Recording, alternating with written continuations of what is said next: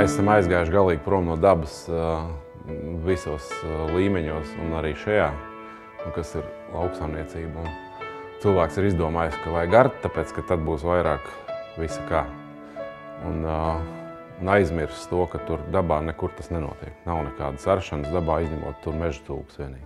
Kopš 2018. gada Latvijas dabas fonds īsteno projektu Lifecraft. Projektā Latvijas lauku konsultācijas un izglītības centrs 8 saimniecībās Zemgalē, 143 hektāru platībā, demonstrē tiešās sejas metodi. Šis projekts ir tāda iespēja, ko cilvēku var redzēt, ka tomēr var savādāk. Un tieši tāpēc mēs izvēlējāmies Zemgali, pašu Zemgales centru, kurā ir patiešām tur smaga tā augsne. Un tieši tāpēc, lai cilvēki redz, ka tāda arī var neērt. Tiešās sejas tehnoloģija nodrošina maksimāli labus apstākļus vēja un ūdens erozijas novēršanai, kā arī mitruma iztvaigošanas samazināšanai, vienlaikus uzturot augsnē optimālus mitruma un gaisa apmaiņas procesus. Kombinācijā ar aizsargjoslām erozijas un augu barības vielu noplūdes nav praktiski nemaz. Galvenais iegūms, kāpēc mēs to sākām darīt, bija 2 gadi mums bija ļoti sausi. Un mēs sapratām ar tēvu, ka katra ūdens pilīte, kas zemē ir iekšā, ka viņa ir svarīga, ka viņu ir jāsaglabā. Un ir pat dzirdēts literatūrā, ka viena augsnes apstrādes operācija pazaudē 30 litrus uz kvadrātmetru. Kad ir sauss, tad ir ļoti svarīgi, ka mēs to mitrumu nezaudējam jau to no tā sausā, kas tur ir.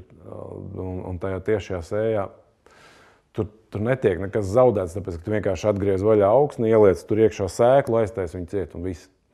Tad, kad tu ņem un ar, tad sanāk tā, ka tu visu uzirdini, viss tas mitrums, kas tur ir, tā karstuma ietekmē, viss tā kā uz pirts akmeņiem uzmests ūdens, viss aiziet gaisā. Tādā vesela augsnē, kurā ir laba struktūra, viņai tas ūdens drenējās. Ja tev ir pa daudz, tajā virskārtā viņš smuki aiziet uz leju, un tā, kad ir sauss, viņš atkal atnāk atpakaļ. Tā augsne darbojas tā kā tāda buferi.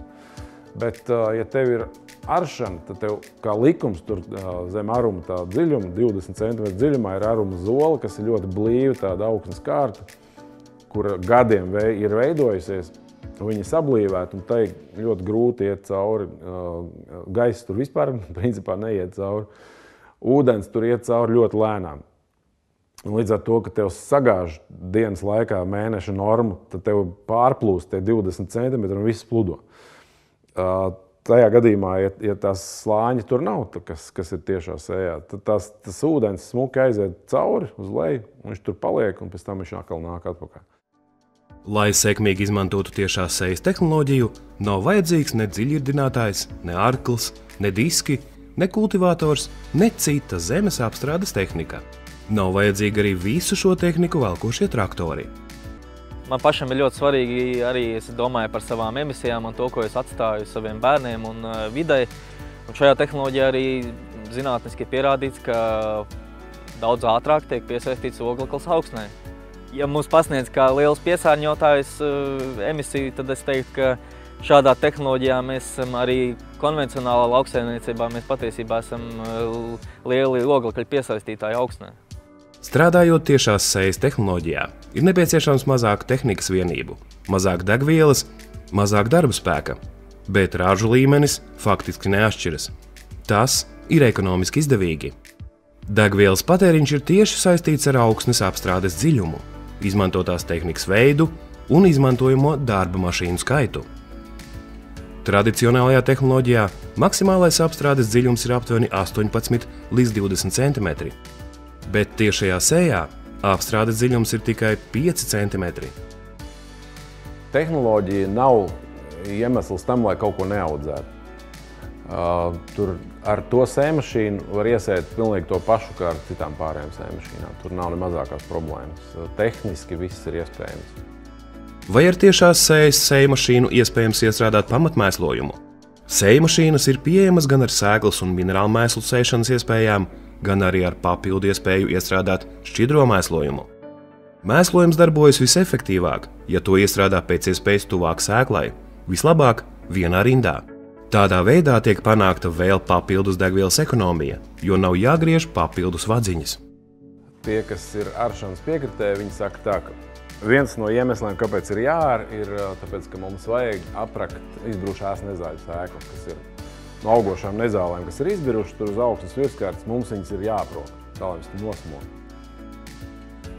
Nu, tik tālu skaisti, bet pēc tam tālāk tu skaties no otras puses, kad tu ņem un ar, tad tu izdara ārā tās iepriekšējā gadā apārtās nezāļu sēklas, viņas ierauga sauli, un dīgs, viss. Un līdz ar to tu visu laiku grozi, un tu neko neaproci. Tu kā aproci šī gada, bet izroci pagājušā gada.